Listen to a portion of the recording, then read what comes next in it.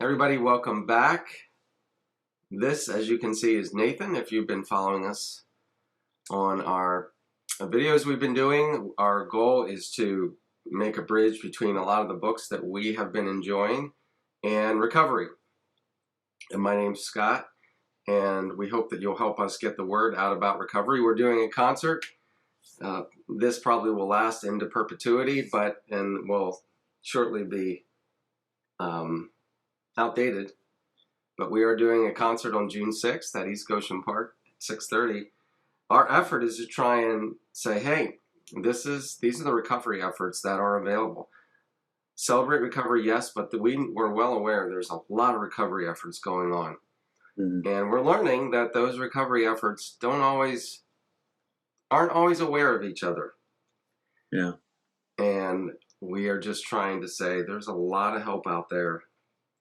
And we want to come alongside everyone who's taking that step. And hopefully these videos are maybe a small step in that direction. And so today we are working through a new purpose. It's Purpose 4 in the Purpose-Driven Life by Rick Warren on day 29. And this purpose is you were shaped for serving God. You were shaped for serving God.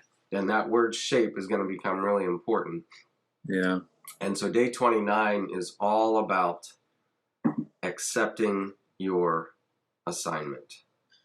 Yeah, and I think he gives a really important point here. Service is not optional. You can definitely look at that statement in different angles, but in my opinion, one of the things that we don't often say when people are accepting Jesus is, remember, you're not becoming a member of a club. You've decided to follow. You've decided to say, okay, I'm walking behind somebody. And that denotes direction. It denotes activity and involvement. And so I think that we forget that part of it because we've become a member of so many different things. That's right. That's right. One of the things he says on this day is that we will give our lives for something. Yeah. And we might as well intentionally choose service, because service is the pathway to real significance. And fulfillment too, and joy. In fact, that goes into the next day, which he talks about a shape, and it's an acrostic or an acronym. I don't know the difference. But shape in this case stands for spiritual gifts, heart, abilities, personality, experience. And to me, it's a great thing that God knows us and wants to use us in the way that he made us, not like anybody else, but made each of us uniquely with our kind of shape. And it's an amazing thing to, even in StrengthsFinder, which we've mentioned briefly, they do say if you are able more and more to align with your top strengths and be in that zone of work, you are essentially flying high, because you feel good about the work that you're putting out, because it's all based off of what you're good at. That's right. And so just to reiterate that, he gets into what are your spiritual gifts? Where's your heart? What are your abilities? How's your personality? What is your personality? And then finally, the E is experiences. What kinds of experiences have you had? Mm-hmm. And as he has been, he argues that God wants to use these things to serve others. And as you just said, Nathan, that's where we'll find our greatest fulfillment. And he touches on 1 Corinthians 12 a lot throughout these days, really this whole week. And if you look at it from spiritual gifts is obviously the S in shape, but from a biblical point of view, without giving a sermon here, there are 4 major passages in the New Testament on spiritual gifts.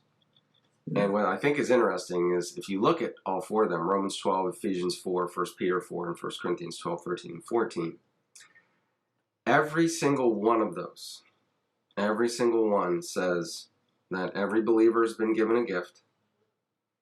The purpose of that gift is to serve another person. Yeah. And when we do that, we are honoring Christ. We're loving another person. Obviously, we're serving another person. We are taking part in building God's kingdom. Yeah. I think that it gives us direction and meaning about why we should learn about ourselves as well. Why dive into your personality? Why dive into your strengths, your spiritual gifts as well? Is all to better know that, and in fact, he says this in day 29 too. All service matters to God, no matter what work we're doing.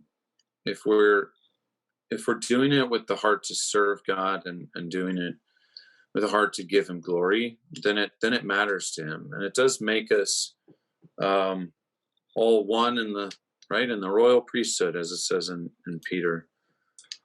That's right. And so he ends day 31 by asking the question, what God-given abilities has God given to me?